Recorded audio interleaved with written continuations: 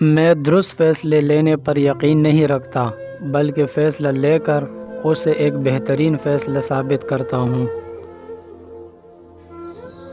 امید اچھی رکھو، لیکن تیاری برے حالات کے حساب سے کرو۔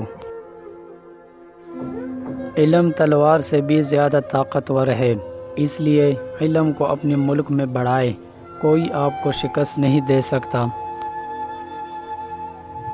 میں اپنا کام پورا کر چکا ہوں، قوم کو جس چیز کی ضرورت تھی وہ اسے مل گئی ہے، اب یہ قوم کا کام ہے کہ وہ اسے تعمیر کرے۔ عزت و وقار انسان اور انسانی زندگی کا ہوتا ہے، اداروں کی عزت و وقار نہیں، ذمہ داریاں ہوتی ہے۔ دنیا میں ایسی کوئی طاقت نہیں جو پاکستان کا وجود ختم کر سکے۔ آخر یہ کہنے کا کیا فائدہ ہے کہ ہم سندھی، پٹھان یا پنجابی ہے؟ نہیں، ہم سب مسلمان ہیں، اسلام نے ہمیں یہی سکھایا ہے۔ میں آپ کو مصروف عمل ہونے کی تاکید کرتا ہوں، کام کام اور بس کام، سکون کی خاطر صبر اور برداشت اور انکساری کے ساتھ اپنی قوم کی خدمت کرتے جائیں۔ ہمیں ایک ایسی ریاست چاہیے جہاں ہم آزادی سے رہ سکیں اور جہاں ہم اپنی مرضی سے اسلامی تہذیب اور اصولوں کے مطابق جی سکیں۔ کوئی بھی فیصلہ لینے سے پہلے 100 بار سوچ لو، لیکن جب فیصلہ لے لو تو اس پہ ڈٹ جاؤ۔ ہم سب بھائی بھائی ہیں، یہ مصنوعی حد بندیاں ہمیں علیحدہ نہیں کر سکتے۔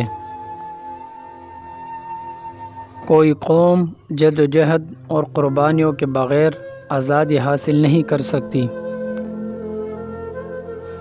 اگر آپ پاکستان کو ایک عظیم ملک دیکھنا چاہتے ہیں تو اپنی آرام و آسائش اور تفریحوں کو بھول جائے، جتنا زیادہ کام کر سکتے ہیں کریں اور زیادہ سے زیادہ وقت دیں۔ اسلامی تعلیمات کی درستہ روایات اور ادبیات اس امر پر شاہد ہے کہ دنیا کی کوئی قوم جمہوریت میں ہمارا مقابلہ نہیں کر سکتی، جو اپنے مذہب میں بھی جمہوری نقطہ نظر رکھتے ہیں۔ دنیا میں 2 قوتیں ہیں، ایک تلوار اور دوسری قلم۔ ہم جتنی زیادہ تکلیفیں سہنا اور قربانیاں دینا سیکھیں گے، اتنی ہی زیادہ پاکیزہ، خالص اور مضبوط قوم کی حیثیت سے ابھریں گے، جیسے سونا آگ میں تپ کر گندھن بن جاتا ہے۔ ہر قسم کی ضرورت کو پورا کرنا اور ہر طرح کے خوف کو دور کرنا ہی ہمارا مقصد نہیں ہونا چاہیے، بلکہ وہ آزادی، وہ اخوت، وہ مساوات بھی حاصل کرنا چاہیے جس کی تعلیم ہمیں اسلام نے دی ہے۔ ناکامی میرے لیے ایک نامعلوم لفظ ہے۔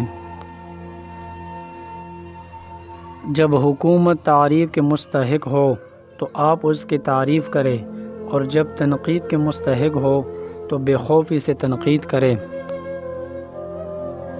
یقین، نظم و ضبط اور بلوث لگن کے ساتھ دنیا کی ایسی کوئی چیز نہیں جو حاصل نہیں کی جا سکتی۔ میرے پیغام کا خلاصہ یہ ہے کہ ہر مسلمان کو دیانت داری، خلوص اور بے غرضی سے پاکستان کی خدمت کرنی چاہیے۔ گلاب کو خواہ کسی بھی نام سے پکارا جائے، اس کی خوشبو میں فرق نہیں آئے گا۔